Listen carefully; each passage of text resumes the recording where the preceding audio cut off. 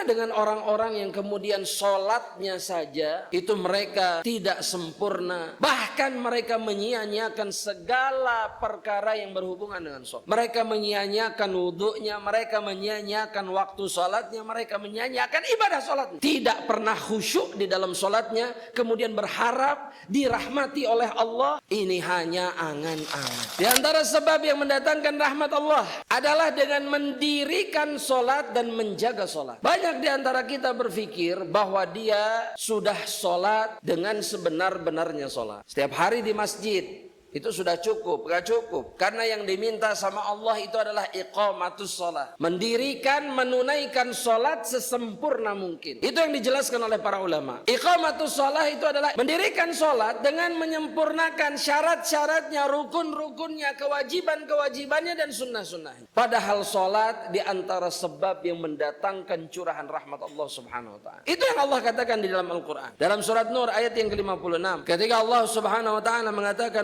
aqimus shalah, dan tegakkanlah salat, dirikan sesempurna mungkin. Itu maksud dari perintah ini. Bukan kerjakan saja, tidak, tapi tegakkan semua yang ada di dalam salat. Dan dalam ayat ini Allah tidak hanya mengatakan itu. Allah mengatakan wa atuz zakah, dan tunaikanlah zakat. Dan kembali lagi Allah mengatakan wa atiur rasul, taati rasul. Diulang-ulang ini sama Allah, ketaatan kepada Rasul. La'allakum turhamun, agar kalian dirahmati sama Allah. Bagaimana dengan orang-orang yang kemudian sholatnya saja itu mereka tidak sempurna, bahkan mereka menyia-nyiakan segala perkara yang berhubungan dengan sholat. Mereka menyia-nyiakan wudhunya, mereka menyia-nyiakan waktu sholatnya, mereka menyia-nyiakan ibadah sholatnya. Tidak pernah khusyuk di dalam sholatnya, kemudian berharap dirahmati oleh Allah. Ini hanya angan-angan. Jangan salahkan siapapun ketika kehidupan kita betul-betul jauh dari kata kasih sayang Allah. Karena bisa jadi penyebabnya apa? Sholat kita yang sangat buruk. Coba sholat itu berapa lama maksimal?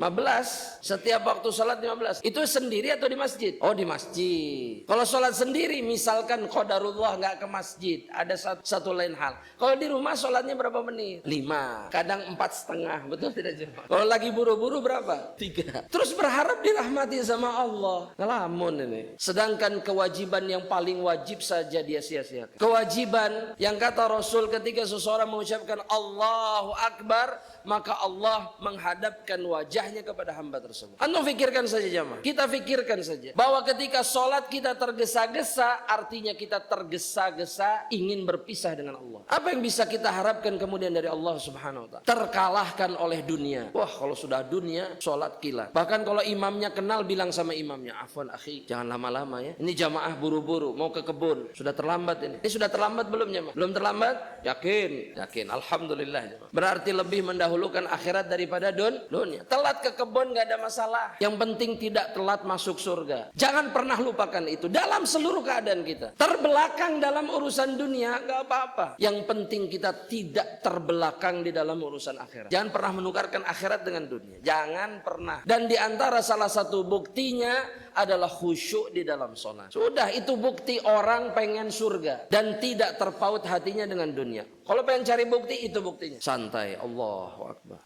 Ya, setiap rokaatnya dinikmati. Ini imam baru sholat 10 menit saja sudah ditegur. Bacaannya jangan panjang-panjang. Baru baca surat Al-Ghasyiyah saja sudah aduh Al-Ghasyiyah. Belum surat Al-Baqarah jemaah. Sholat menyingkap siapa kita sebenarnya.